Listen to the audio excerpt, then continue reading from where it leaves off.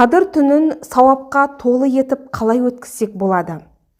Қазақстан мұсылмандары діни басқармасы 2025 жылғы ораза кестесінде наурыз айының 26-сынан 27-сіне қараған түн Қадір түні деп жариялады. Рамазан айының соңғы 10 күндігіндегі тақ күндердің бірі болғандықтан бұл түні ерекше құлшылық жасалып, дұға тілектер айтылады. Ислам ғалымдарының пікірінше Қадір түні Рамазан айының соңғы 10 күндігінде әсіресе тақ күндердің біріне жасырылған. Дегенмен, көпшілік ғалымдар оның 27-ші түнге сай келетінін айтады. Сондықтан мұсылмандар бұл түнде ерекше құлшылық жасап, Алладан кешірім сұрап дұға тілектерін білдіреді. Қадір түнінің маңызы мен қасиеті. Қадір түнінің ерекшелігі туралы қасиетті Құранда Қадір сүресінде былай айтылған: Ақиқатында біз Құранды Қадір түнінде түсірдік. Қадір түні 1000 айдан да қайырлы. Періштелер және Жәбірейіл ол түні Раббыларының рұқсаты бойынша барлық іс үшін түседі. Ол таң атқанша бейбітшілік түні. Бұл сүренің мән мағынасы терең. Ислам ғалымдары 1000 ай деген ұғымды 83 жыл 4 ай деп түсіндіреді. Яғни бұл түні жасалған әрбір сауапты іс адамның 83 жыл бойы үздіксіз құлшылық еткеніне тең болады. Сондықтан мұсылмандар бұл түнді бос өткізбей, көбірек құлшылық етуге тырысады. Қадір түні қалай өтеді? Қадір түні әрбір мұсылман үшін ерекше мүмкіндік. Бұл түнді қалай өткізген дұрыс? Біріншіден, дұға жасау және кешірім тілеу.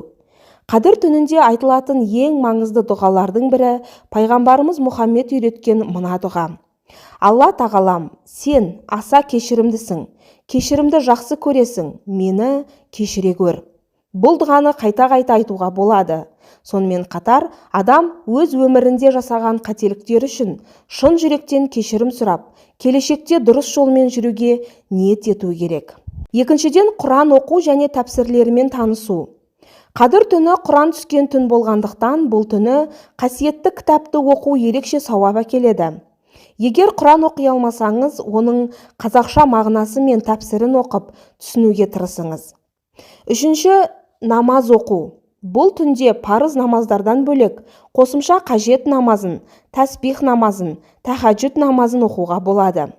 Қадір түнін толықтай ғибадатпен өткізу үлкен сауап. Тәхаджүд намазы 2 ракағаттан 12 ракағатқа дейін оқылуы мүмкін.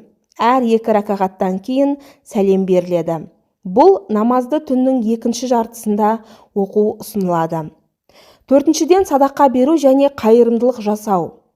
Қадір түні жасалған әрбір жақсы іс 1000 ай бойы жасалған құлшылықпен тең болғандықтан, садақа беру сауапты істердің бірі. Мұқтаж жандарға көмектесу, қаржылай қолдау көрсету немесе жақсы сөз айту бәрі де үлкен сауап әкеледі. Бесіншіден, туыстармен және жақындармен қарым-қатынасты жақсарту.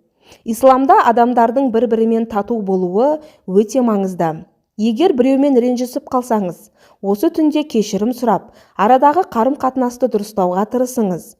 Бұл да сауапты саналады. Қадір түнінің белгілері. Пайғамбарымыз Мұхаммед Қадір түнінің кейбір белгілері болатынын айтқан. Ғалымдар мен ислам дінін зерттеушілер бұл белгілерді төмендегідей сипаттайды. Ауа райы ерекше тыныш және жайлы болады. Түнде табиғат ерекше бір бейбіт күйге енеді. Ай мен жұлдыздар ерекше жарық көрінеді. Таңертең күннің шапағаты жұмсақ, өткір, сәулесіз шығады. Жүрекке ерекше тыныштық сезімі орнайды.